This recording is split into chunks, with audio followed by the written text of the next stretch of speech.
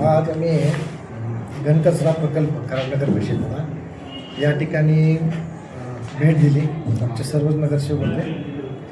आम्ही त्या ठिकाणी गेल्यानंतर घनकचऱ्याची जी स्वप्न कराड शहरानं बघितली होती, म्हणजे काही सुंदर बागेमध्ये जे काही तो प्रकल्प न्यायचा असं कराडकरांनी जी मानसिकता ठेवली होती आणि त्या दृष्टीनं कराडकरांनी खरं तर सहकार्य करून आत्तापर्यंत स्वच्छ सर्वेक्षणमध्ये बक्षीस मिळवलं असेल आणि ओलासुका वेगळा करून देण्यामध्ये जे काही कार्य केलं असेल त्याच्यामुळे पुढे गेलो होतो. पण आज घनकचरा प्रकल्पावरती गेल्यानंतर प्रकल्प पूर्णतः बंद अवस्थेत आहे असं आमची मानसिकता झाली. त्याच ठिकाणी कचरा डेपो जो आम्ही पूर्वी मायनिंग करून असेल किंवा नंतरच्या प्रक्रिया केंद्र चालू ठेवून तो पूर्णतः नष्ट नव्हता, पण तो नष्ट करण्याचं काम व्यवस्थित चालू होतं. काही काळात तो व्हायला पाहिजे होता. असं न होता प्रशासन काळामध्ये किंवा अलीकडच्या काळामध्ये सुद्धा नुसतं प्रशासनाला आता जबाबदार करत नाही, अलीकडच्या सत्ताधाऱ्यांनी सुद्धा त्यामध्ये लक्ष घालायला पाहिजे. ते न करता तिथं कचऱ्याचे फार मोठे डेपो तयार झालेले आहेत आणि ह्या निमित्तानं आम्ही आज मुख्याधिकाऱ्यांची गाठ घेतली. जे काही कचरा डेपोवरती प्रशासन काळामध्ये रस्ते झालेत असं दाखवण्यात आलेले त्याचे ठराव आम्ही सीओना दिलेले आहेत आणि ते रस्त्यांची खऱ्या अर्थानं काय रस्ते झाले नाही झाले याच्या संदर्भात त्यांच्याकडे माहिती घेतो आहे.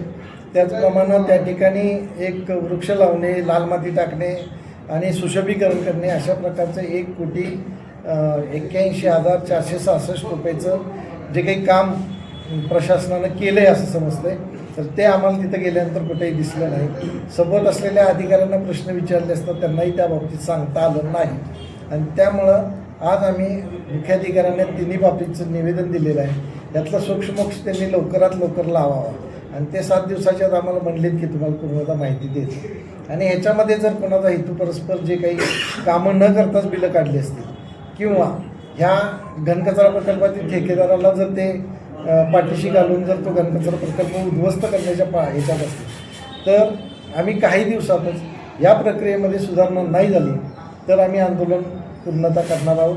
आणि ते आम्ही नुसतं बोलत नाही आहे, तर तुम्हाला हे प्रक्रियेत येताना दिसेल की आम्ही वारंवार इशारे देतो, प्रत्येक गोष्टीचा वेगळा इशारा देतो आहे. आज त्यांनी BPCLच्या बाबतीत आम्ही जो इशारा दिला होता अन्यथा आम्ही बोंबाबोंब आंदोलन करू.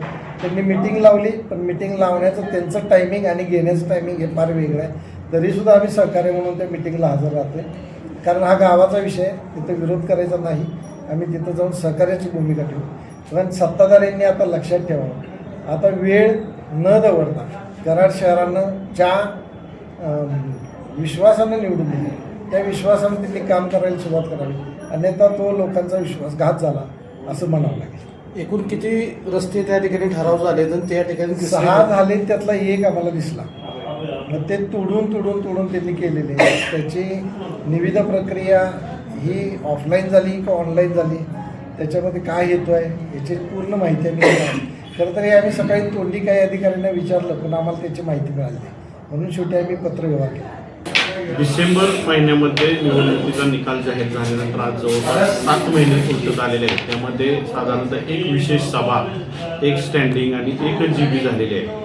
येणाऱ्या काळामध्ये 8 दिवसाच्या आत GB व्हावी असं आम्ही सकाळी शिवसाहेबांनाही सांगितलेलं आहे.